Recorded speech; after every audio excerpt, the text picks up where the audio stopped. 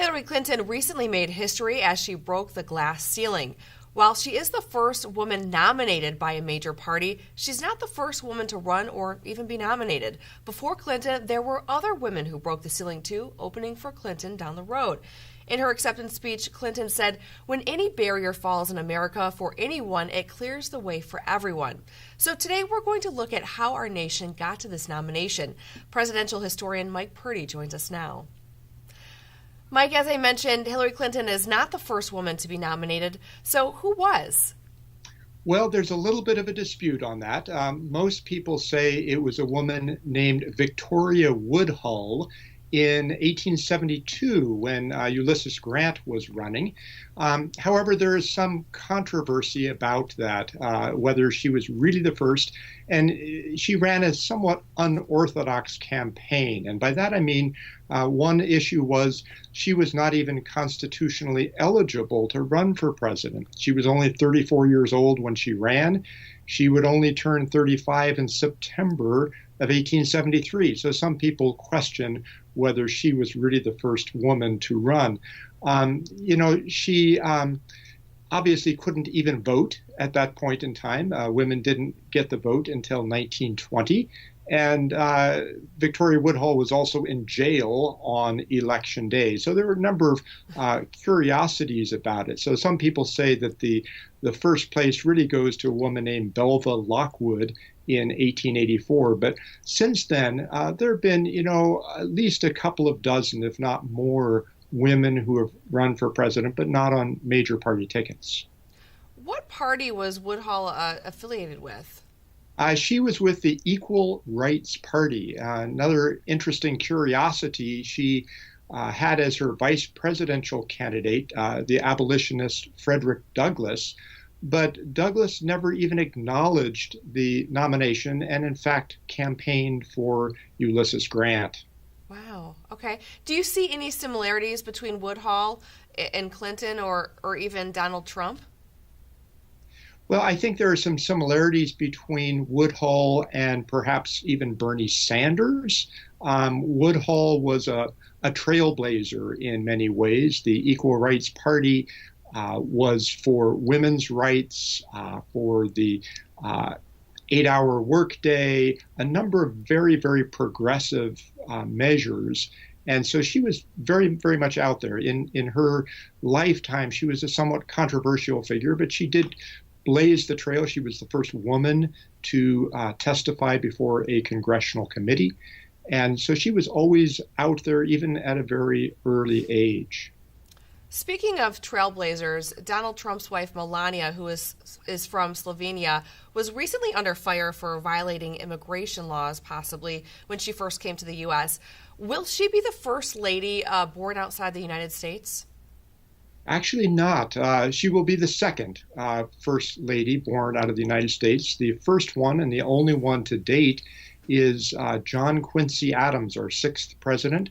His wife, Louisa, was actually born in England, and that's where John Quincy Adams met her, was in England. So Melania Trump would be the second born outside of the United States. All right. So we know that Melania wouldn't be the first lady to be a model, but would she be the first to pose nude?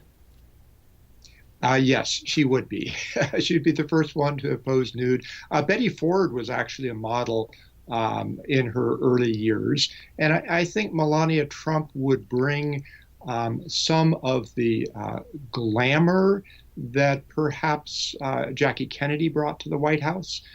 In fact, Melania Trump has said that she would be a very traditional first lady. And then she used Betty Ford, previous model, and Jackie Kennedy as examples of the model that she would follow as first lady. Given her background, it's hard to picture her as a traditional first lady. Melania also came under fire for overstating her education. It was discovered that she didn't graduate, as she suggested, but she dropped out her freshman year. When was the last time a first lady was in office without a college degree? Wow, that is a great question that I don't know the answer to. I mean, certainly we have had presidents who have not had college degrees.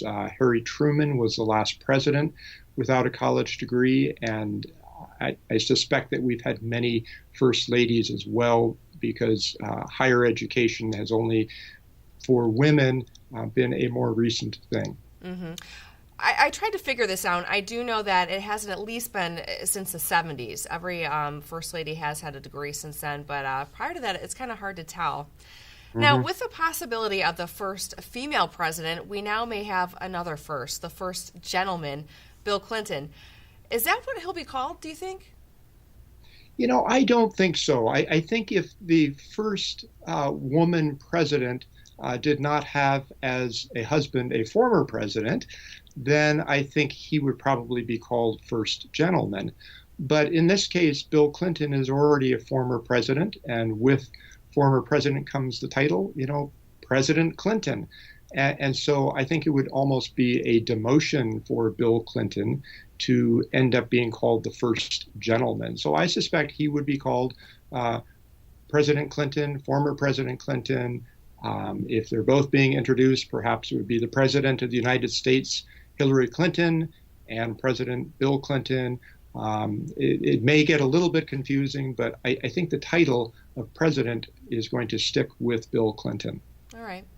How do you think his role would differ from former first spouses? Well, fairly significantly. I don't think he's going to be picking out the White House china. I think Hillary has as much said that.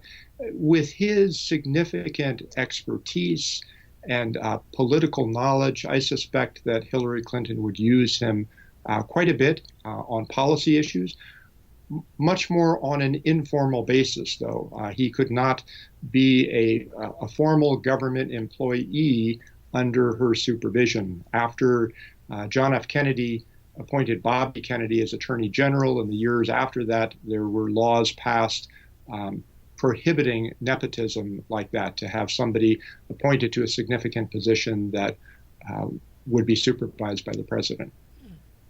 Well, Hillary Clinton now has a 7.7 point lead over Donald Trump in a compilation of national polls. So who knows where this election will take us? Every day is a surprise. Yes. Presidential historian Mike Purdy, thanks for providing some insight into this topic tonight. Great night.